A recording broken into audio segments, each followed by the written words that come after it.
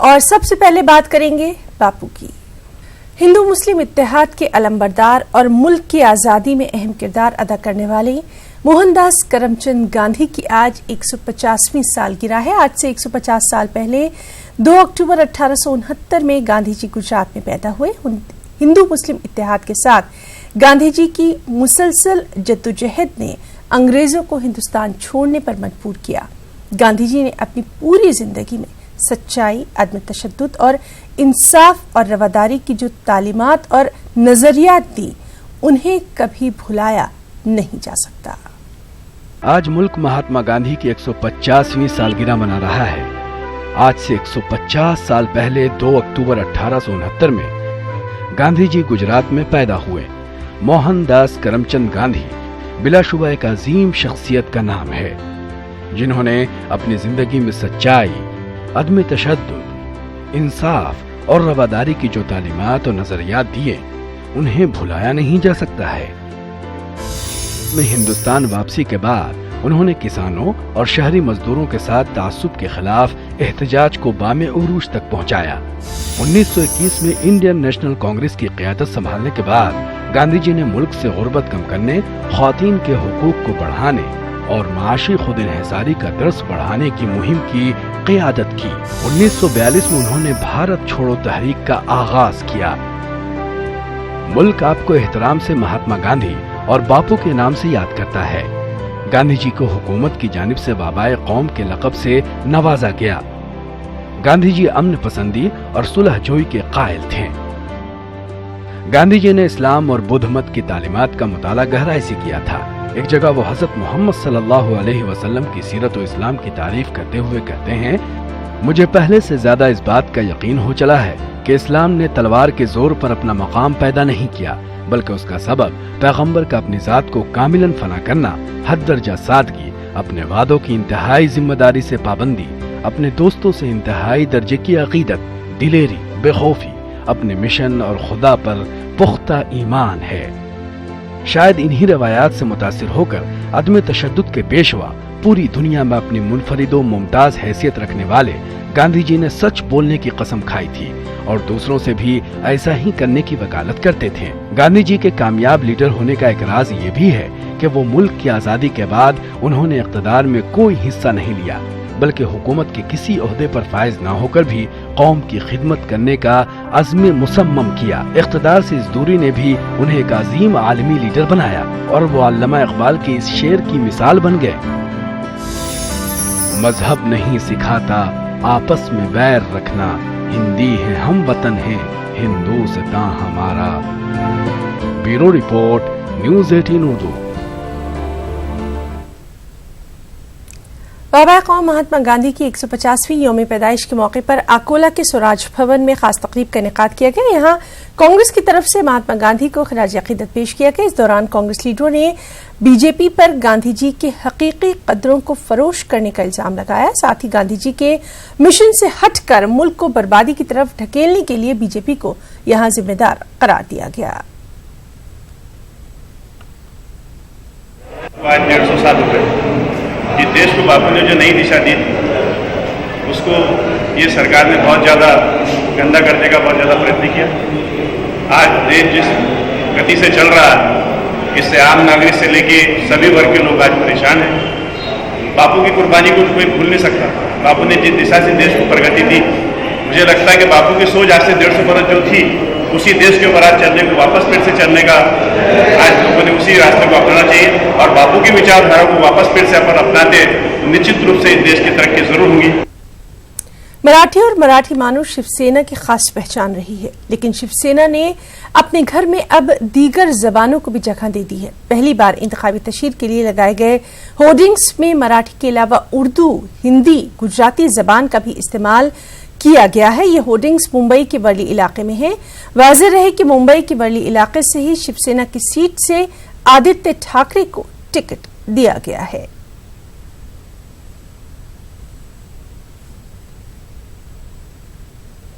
اکولہ ضلع میں کل 5 انتخابی حلقے ہیں، جن میں کل 1703 پولنگ مراکز بنائے گئے ہیں۔ انتخابات کو لے کر انتظامیہ کی جانب سے یہاں سخت قدم بھی اٹھائے گئے ہیں۔ ایک رپورٹ۔